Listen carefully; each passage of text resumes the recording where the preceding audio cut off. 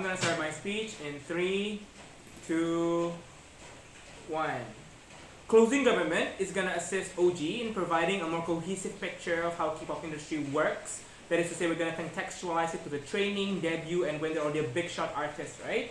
We say that we're also going to provide a more cohesive definition, right? That is still aggressively opposed. On our side means that one, education means we're going to do it in terms of education, which means that we're gonna provide them ideas, provide people on the ground about what's actually happening in K-pop industry and why it's inherently bad, right? I think the key points that was lacking in opening debate was that all of this discrimination that is conducted by K-pop industry are very subliminal, right? That is so that people don't necessarily have the education to understand why it's bad, and that's why feminists needs to aggressively oppose to actually give the education and awareness to people. It's gonna happen through both digital space, that is that we're gonna crowd Twitter where these K-pop fans are inherently at, for example, but also we're gonna do strike on the ground to create real changes to ensure that media coverage exists, and so on and so forth. I think if OO's main defense regarding all of these particular justification was that saying that, okay, what K-pop does is just common entertainment, then one, we're gonna be the one that proves to you why K-pop industry is uniquely bad, but two, we don't think this is a very good defense on their side, right? Because even if it is the same with all entertainment industry, then as feminists, we should oppose all things. They're inherently anti-feminist, for example, and therefore we're gonna do just that. Three things I'm gonna bring in this debate speech, right? I'm gonna separate this into one, why the process of K-pop artists actually entering the K-pop industry to actually becoming part of the artists that they are going to debut, for example, is already bad. Two, why the process of debuting is also anti-feminist. But three, why the engaging to OO also is how the beauty spectrum of K-pop industry also backlashes with intersectionality of feminism, right? First things first, why the journey of getting into K-pop industry is bad. Let's characterize, right? How do these K-pop stars get into the industry? Two ways. One, the unique to K-pop industry, never mentioned in opening, was about survival shows, right? That is to say that multiple women are literally put into a reality show, for example, where thousands of people watch them, and the industry pits them against each other in a gruesome, in a way, bloodbath to get into the agency, right?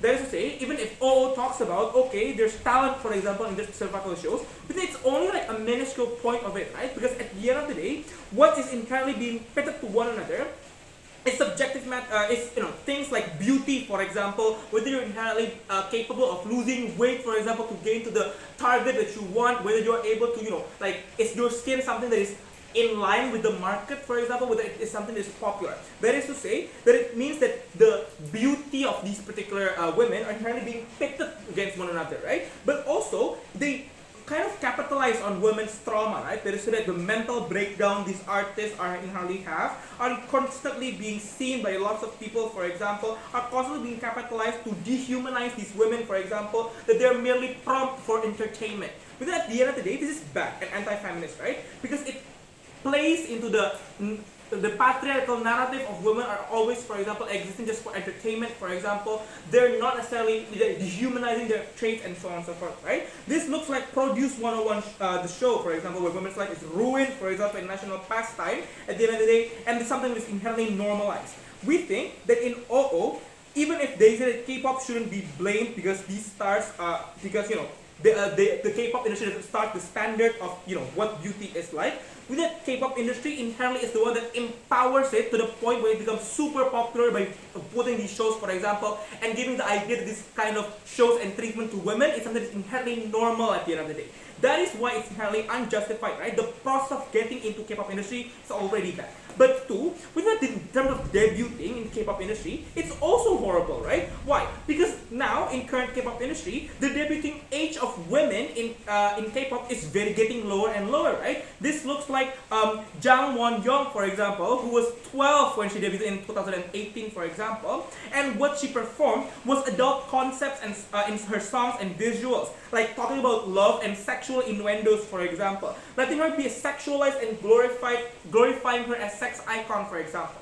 The thing is that the male fans, and it looks like K-pop industry always tries to portray these women, for example, as always some kind of like bait to gain male fans to for example, be excited and so on and so forth, right? But what's worse is that the normalization of this behavior yet again by the industry, right? That is so that the idea that a minor is being presented in a way that is inherently so, adult and inherently sexualized has no pushback from the industry in and of itself. This showcases to you, right, that the sexualization happens very ingrained to the point where they only care about profit, to the point, exactly what Paul said. They don't necessarily care, for example, about whether something is morally right or not, whether something that is going to benefit women or not at the end of the day, right? We think this is inherently bad, right? And exactly why aggressive opposition needs to happen. But lastly, right, let's talk about the beauty spectrum that OO cares about, right? Okay, sure, there is a spectrum, but we don't think OO actually portray to you what the spectrum looks like, right? Because their analysis stops at, okay, there's this spectrum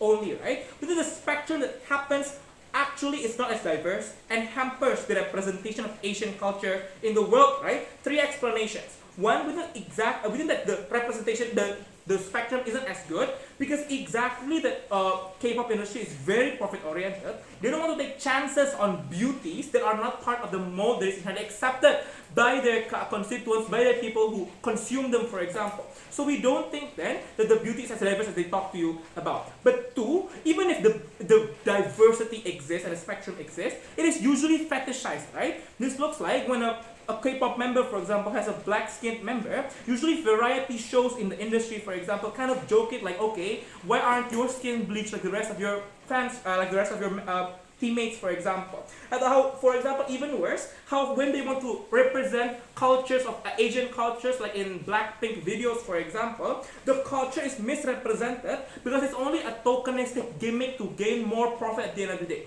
That is to say that the representation and the beauty that you want are more likely to be a false representation that is fetishized and more likely to only exist because of profit. But thirdly, right, within the end of the spectrum that OO talks about are Asian women who represents themselves as, in kawaii persona, for example, and thus promoting the idea of infantilization, right? This normalizes the treatment from Western media, harming Korean artists as a whole because they ask stupid questions, for example, like, oh, do you understand English, and so on and so forth. Well, there are deep and nuanced ideas about their K-pop, their music, right? Why aggressively oppose? We know that scattered criticism does not work because the industry doesn't listen, right? We need to galvanize massive people to actually, and as feminists, to upend the already structural oppression, to enlighten people and educate them about the harms and why it's inherently bad. Very proud to propose.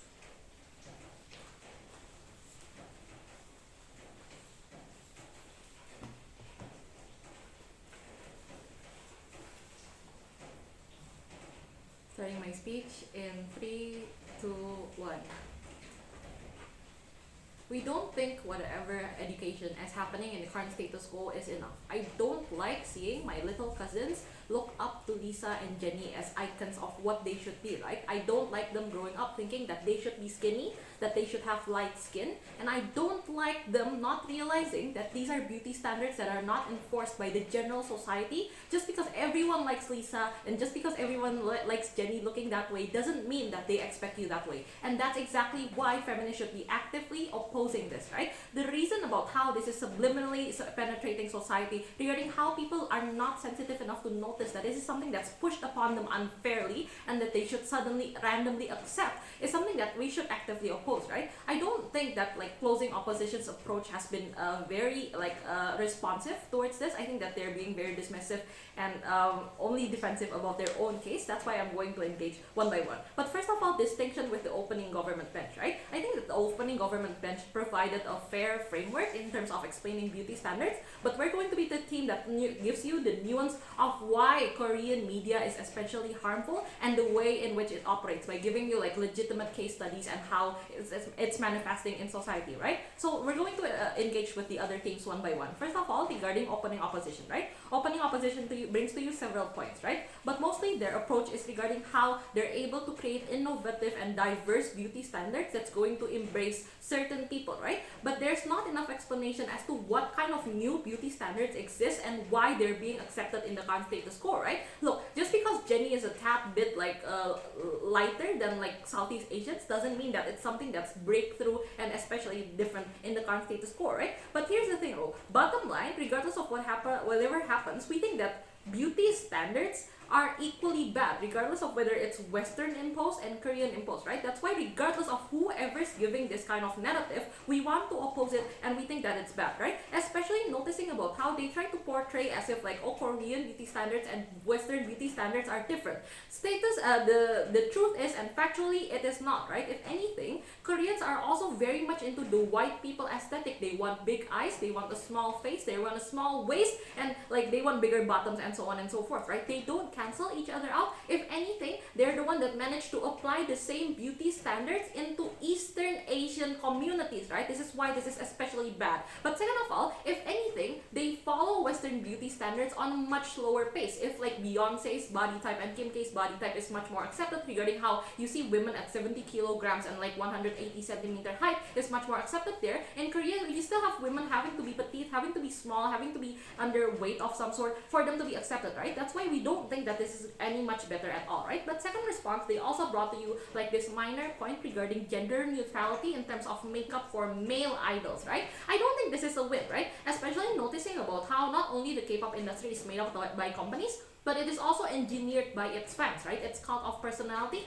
and whether or not something thrives in the K-pop industry depends on whether or not their fans will accept it, right? We think that in the current status quo, if anything, this is also still bad, because what you have is the shaming of men who do not follow like heteronormative standards, right? Talking about how the K-pop idols ACE using miniskirts to promote against like toxic masculinity is being shamed, and like purposefully having their sales tank to show that men should be manly, men should have like abs and so on and so forth, right? That's why it's also toxic even to male idols, right? But thirdly, they try to bring to you the point regarding how K-pop is based off supply and demand, and if anything, it's the fault of the customers, right? Because they're not able to pick and choose the beauty standards for themselves. I don't think this is true, right? Because what's missing from this argument is regarding how people don't have the agency to fight and to pick and choose, right? Regarding how the K-pop industry is able to penetrate a lot of businesses and media beyond just Eastern Asia, but even like in ASEAN nations, right? You see them everywhere, on subways, on TV, on random advertisement, right? But here's the thing though,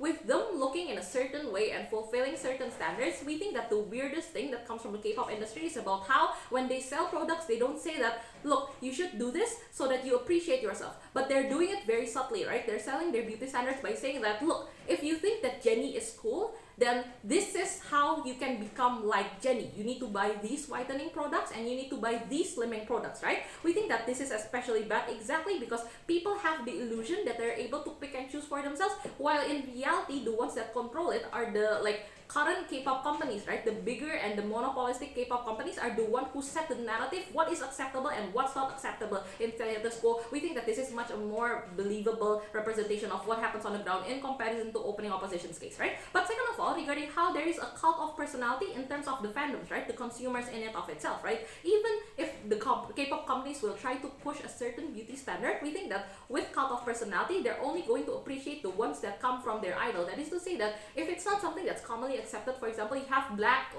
K-pop idols debuting earlier this year, you have Latina K-pop idols coming out as well, along with ASEAN K-pop idols like Gita Karang. They're also still not accepted in the current status quo. The only ones that are glorifying them are people coming from their own countries, right? Therefore, we think that this is, even if there is benefit to people of color in Korea, it's not an inherent benefit coming from the industry. It is only one symptom, one of the very many cases in which it doesn't happen a lot, right? But lastly, they also try to bring to you the argument regarding how they're going to lose rating if they follow feminist demands, and feminism is just going to be seen as a hindrance inside the industry and inside the market, right? First of all, first response to this is that more than people not liking feminism being opposed against certain products, I think people hate it more when feminists are not consistent with their demands, right? Talking about how people feel like it's very hypocritical when you support male idols that follow conventional beauty standards, when you support female idols that support sexist narratives on the ground, right? Because you're not seen as someone with a very consistent approach and a very consistent narrative,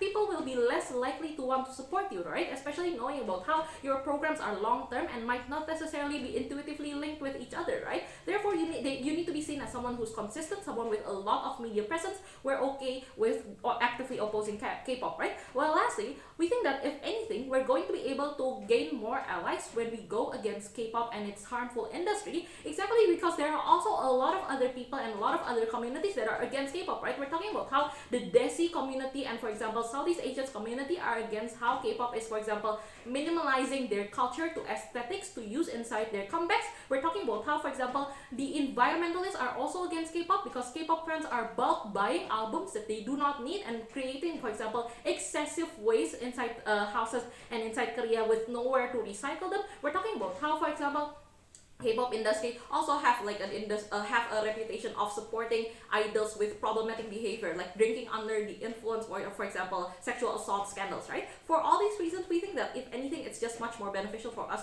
to continue opposing. We're proud to propose.